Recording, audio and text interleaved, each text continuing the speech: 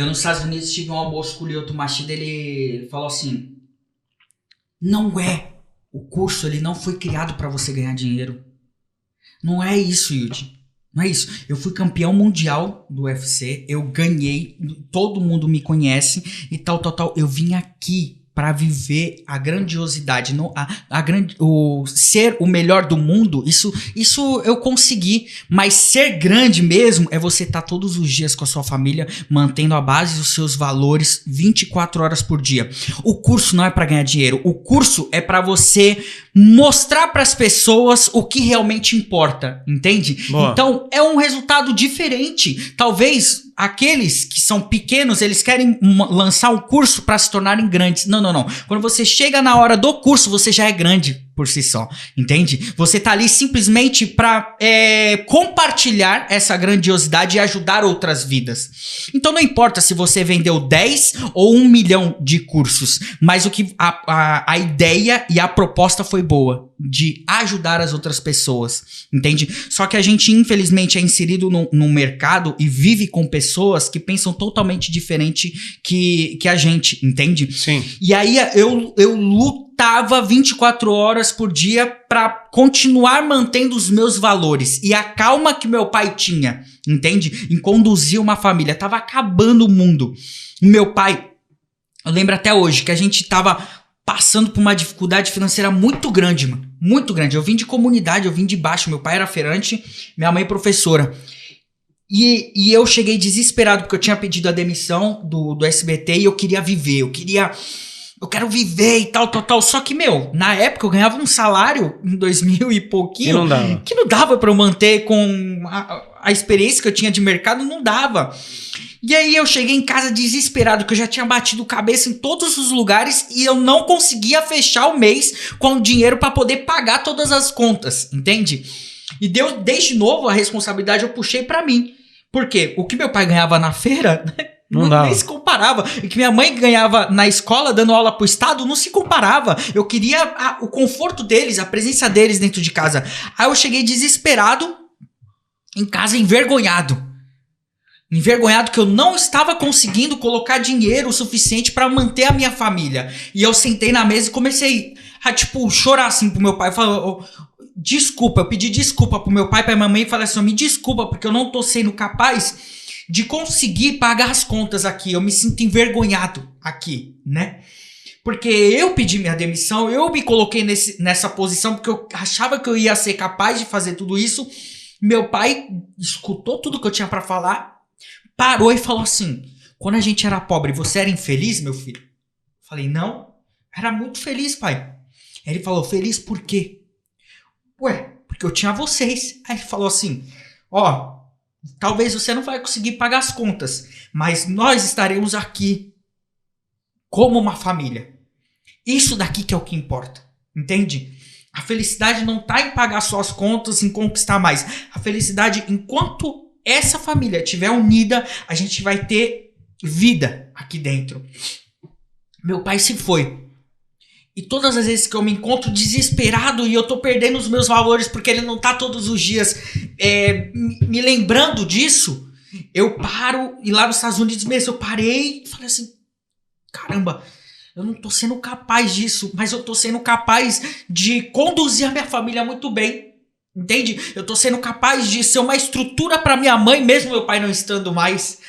Tô sendo capaz de ser um pai pra minha irmã, que é mais nova. Eu tô sendo capaz de ser um bom marido pra minha esposa. Então, eu tô sendo capaz de continuar vivendo, sabe? Só que, infelizmente, o meio que a gente vive, as coisas estão tão presentes 24 horas no WhatsApp, nas mensagens, na cobrança e tal, que a gente acaba se perdendo da cultura onde você foi criado, sabe?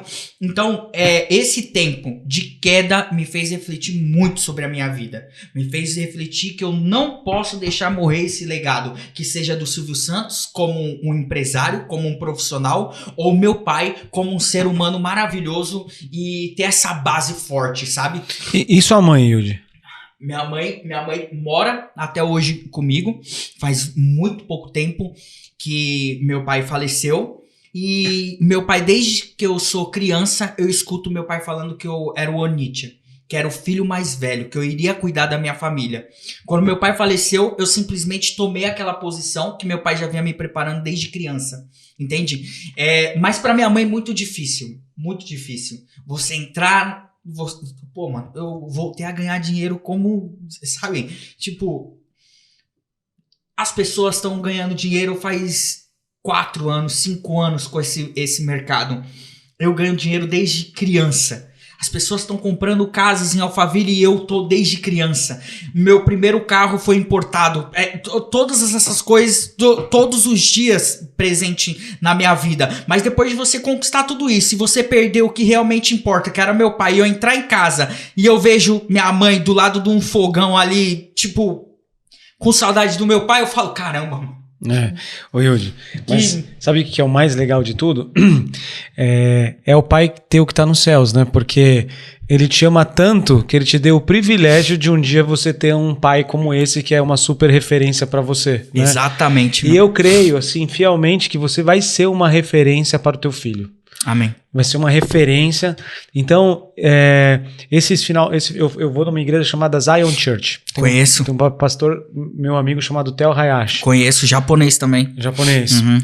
E aí, eles têm uma cultura de muita excelência, sabe? Uhum. Eu lembro que o dia que eu mudei de igreja foi quando eu olhei lá uma apresentação e falei assim, cara, essa apresentação de PowerPoint eles fizeram com tanto amor pelos membros que nem na empresa que eu trabalho, com a maior multinacional do mundo de eletrônico, faz uma apresentação nesse nível. Sim. Fora o poder do espírito e tudo mais. E aí, esse final de semana, pela primeira vez, depois de 5 anos na igreja, na Zion, eu fui fazer tem uma chama Dunamis Farm, que é uma fazenda, né? Uhum. Eu fui lá na Dunamis Farm e passei 3 dias. Se chama Processo Raízes, que é um processo de você ir lá, ficar 3 dias com pessoas que você não conhece, para você meio que se conectar com o Criador de uma forma única. Uhum. Eu fui meio descrente, falei, cara, eu tô 5 anos na igreja, vai ser mais de salinha de aula. Mais um... Bicho, cara. Eu chorei tanto. Forte, né? Eu chorei tanto. E aí você tem aquele negócio que você pisa, aí você começa assim, quero orar pela minha mãe, pelo meu pai, pelo não sei o que, não sei o que. Aí Deus falando assim, esquece todos. Uhum. Agora é um negócio só entre eu e você. Esse final de semana você é meu. Forte. Aí os caras, você não tem ideia. Aí eu senti Deus falando assim, você não tem ideia como eu te amo.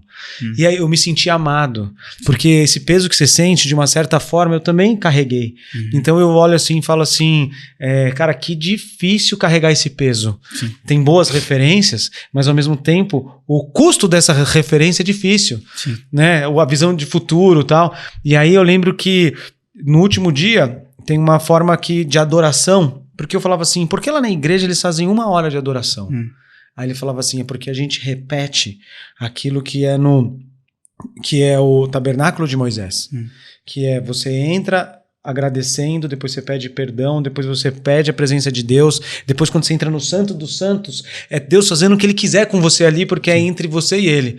E eu fiz esse processo. Quando eu entrei no Santo dos Santos, a gente faz fisicamente assim, a gente entra espaço em espaço no meio da música, da adoração.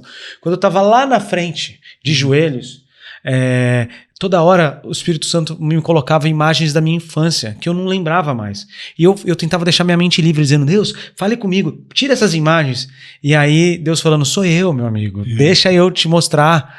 Aí ele mostrou assim, eu estava presente com você em todos esses momentos, que só eu para fazer você lembrar. Sim. Então eu lembrei de várias coisas, eu me senti amado, e ele não trouxe um erro meu. Sim. Ele falou assim, todos foram apagados. Aí eu chorei demais, cara. Fiquei 1 hora chorando, igual eu nunca tinha chorado. Chorar é muito bom, né? chorar é muito bom. Muito bom. Mas eu senti o amor de Deus. Então eu tenho certeza, Yudi, que Deus te ama de uma certa forma, que Ele sente a tua dor, sente esse momento.